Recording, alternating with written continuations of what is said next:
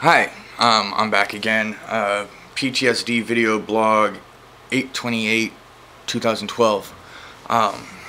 Today I kind of wanted to touch on, stressors in a lot of respects, things that stress me out. You know, people in general stress me out. Like large crowds, things like that. Understandable.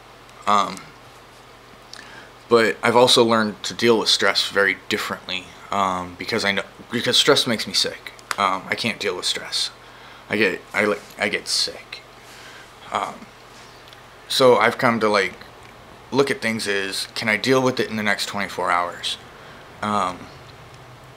If I can't, then I still it's still on my mind, but I don't work myself into a frenzy over it because it can't be fixed. It can't be taken care of. And to me, honestly, if it can't be fixed in 24 hours, why stress it? I mean, it's just an unnecessary endeavor. Lauren, she has a lot of trouble grasping that concept, and I've been working on her with it, because she stresses about stuff that just sometimes doesn't make sense to me, but to her it's really important. So I don't know.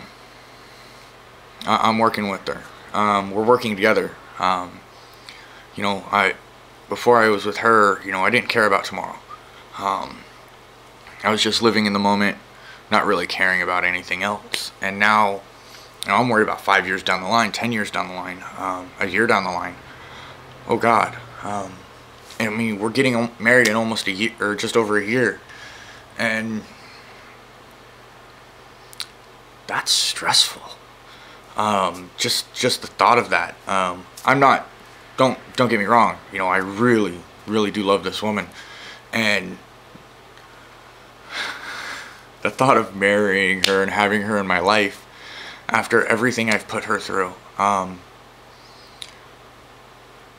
of profound in a lot of respects. I mean, she's walked through fire with me, by my side, walked through hell, and she still wants to be with me.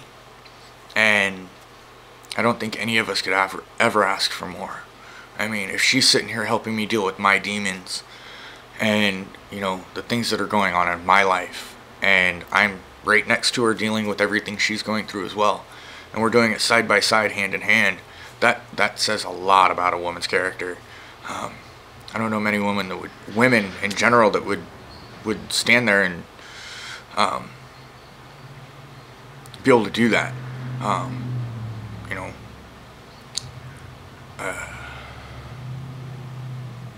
She's a strong woman, and I'm lucky to have her. And it's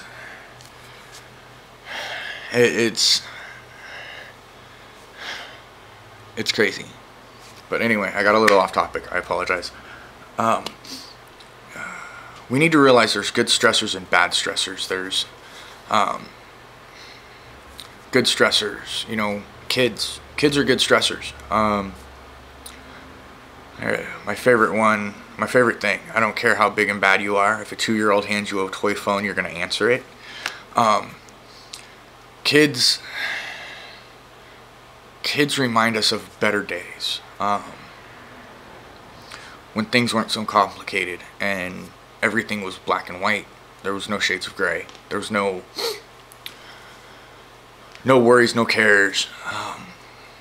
It was all about Christmas and summer break and going camping and, all that as kids. And I can imagine, dude, I'm not going to lie. I wish I was a kid again, so I didn't have to deal with the things I'm going through now. But everything I've been through has made me a better person for that reason. PTSD has a big impact on who we are and how we interact with people. And we may not realize it, but how we interact is also a stressor, not only on ourselves, but everybody around us. Our actions, even though we might not think they're negative in a manner, or words or whatever, could have a deep, profound impact on somebody else, especially if they don't know that you have PTSD, especially if they don't know, your background. I'm not a big guy. I'm not. But every now and then I meet somebody that I intimidate that's like bigger than me, which I find kind of disheartening in a lot of respects, because I'm trying not to be that guy. I try to keep a very cool demeanor, very laid back, personable, but a lot of people look at me and sometimes go walk the other direction for whatever reason. And it's kind of disheartening. It hurts a lot of things about me. But the biggest thing I stress about anymore, paying the rent, paying the bills like anybody else. But can you fix it in 24 hours? Probably not. Can it wait? Probably not. But as long as you have an income coming in and you're on top of it and you don't let it get out of hand, it's not that big of a stressor. Oh, okay, you have to pay rent. Take care of your rent. And if you can't, ask for some help. Bills nowadays are my biggest stressor. How am I going to do this? How am I going to do that? And with a very limited income, it gets kind of rough. Even working a job, or financial aid from school, or whatever it is income you have, it never seems to be enough, and it never will. Unless you're making 6 figures a year and you're living in a $500 a month apartment, then you're going to be okay. You can drive the nice car and you can have the nice things.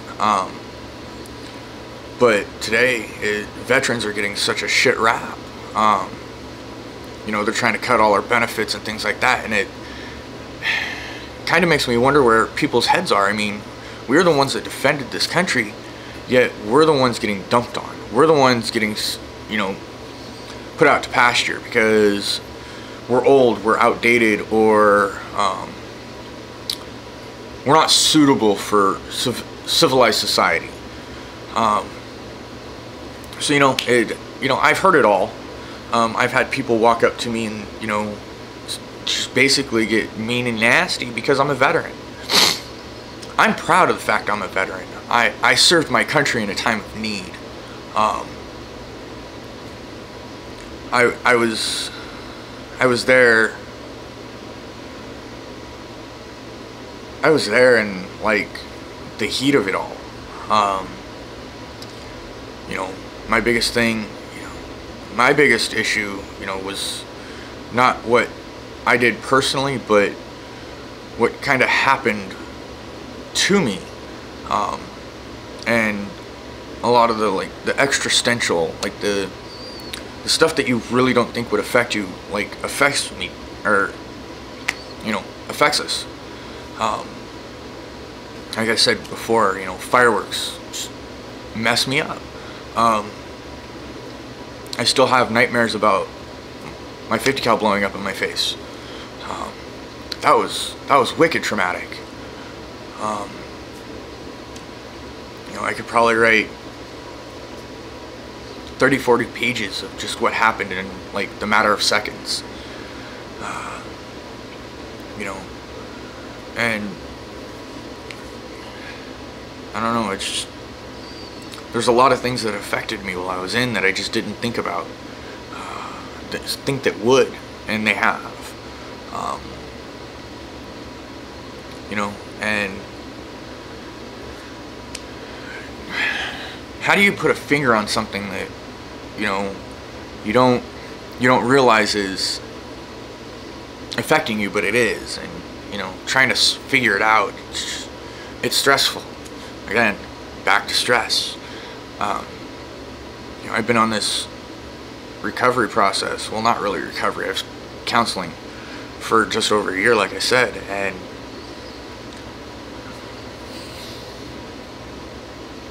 How do you put your finger on something you can't quite identify? I mean, that's my big issue. How to identify what's wrong when I myself don't know? And you know, things come up daily that I don't realize is a stressor. Like a certain smell or a certain sound, or you know, the taste of something.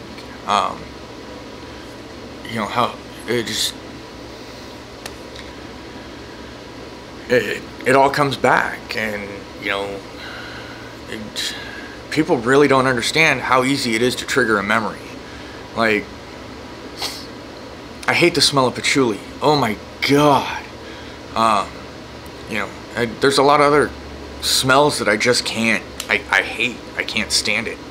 And other people are like, well, that doesn't make any sense. You should. It smells good. Yada yada. I can't stand the smell of it. You know, it's. I don't know. I don't know how to describe it. It's.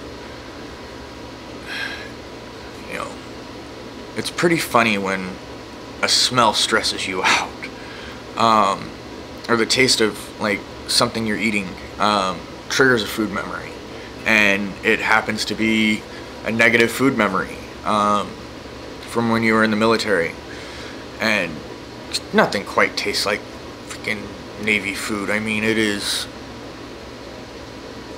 Y'all, or most everybody thinks we eat like kings, and you know, we get 3 meals a day, and you know, it's good food. And I'm sorry, some of the food was not.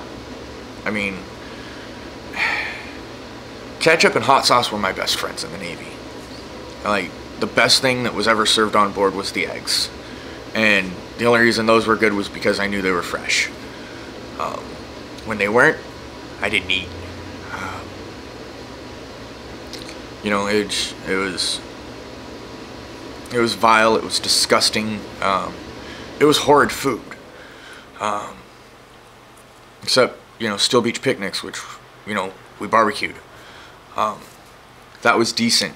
Sometimes we'd catch something, you know, off the flight deck, and we'd cook it up. Doc would have a fit, but, you know, the captain understood. So it was pretty nice to actually have something fresh for once. You know, produce didn't last long, and to keep it, we froze it, and frozen produce sucks. You know, a lot of civilians think we had it easy, and you know, that it wasn't so bad, and you know, can't understand why we're bitching. You want to know what's fucked up? Prisoners, guys that are locked up for doing whatever it is they did, have it better than our military personnel. Had it better than I did. You know, they never missed a meal. Granted, they're on a regiment. You know, they've got a cot and everything like that. You know, and if we're standing watch and it's through chow hours and we can't get down there to eat, we don't eat. You know, they get to watch cable TV and we get to watch reruns of movies. Our news feeds far and few between. A lot of times we didn't know what was going on back home unless it made national headlines. You know, and you feel very disconnected out there. And, you know, they get mail, like, daily if they wanted to. We got mail maybe every 3-4 weeks, sometimes longer. You know, we'd get packages that were 2-3 months old, sent like at the beginning of our deployment, and we wouldn't get them until almost halfway through sometimes, if not, you know, and if it was sooner, we were lucky. I remember getting Christmas gifts in freaking March, or, you know, Christmas packages in March. You know, it's that's a good chunk of chunk of time right there to be delayed.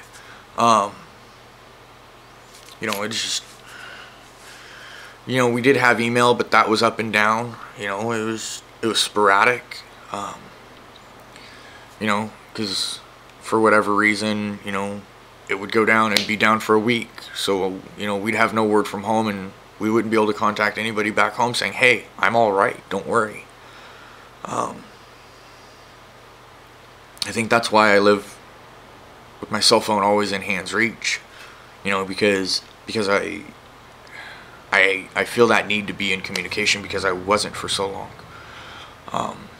And I hated the fact that I couldn't tell, family, what was going on, because I had everything we were doing was like hush hush, and we couldn't give away operational security, and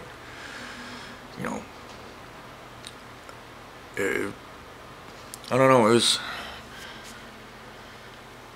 I can't get or if there's a chance or time that I can't get a hold of my girl, Lauren, I stress out. I get worried. I don't like not being in communication. I don't like not being able to get a hold of her.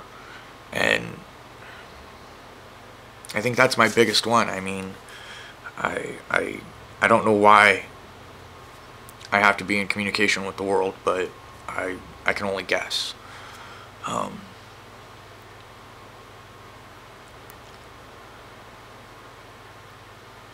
have to know everybody's okay. I don't know. Comes from being on the boat, I guess. Making sure everybody's where they need to be and everybody's doing what they need to do. Always being in communication with your team. Dynamics have changed, things have changed, but I still have my team. And I think that's why I have to constantly be in communication with people, because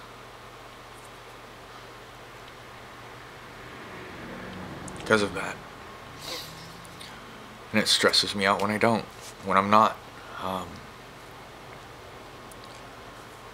don't know. PTSD is not easy.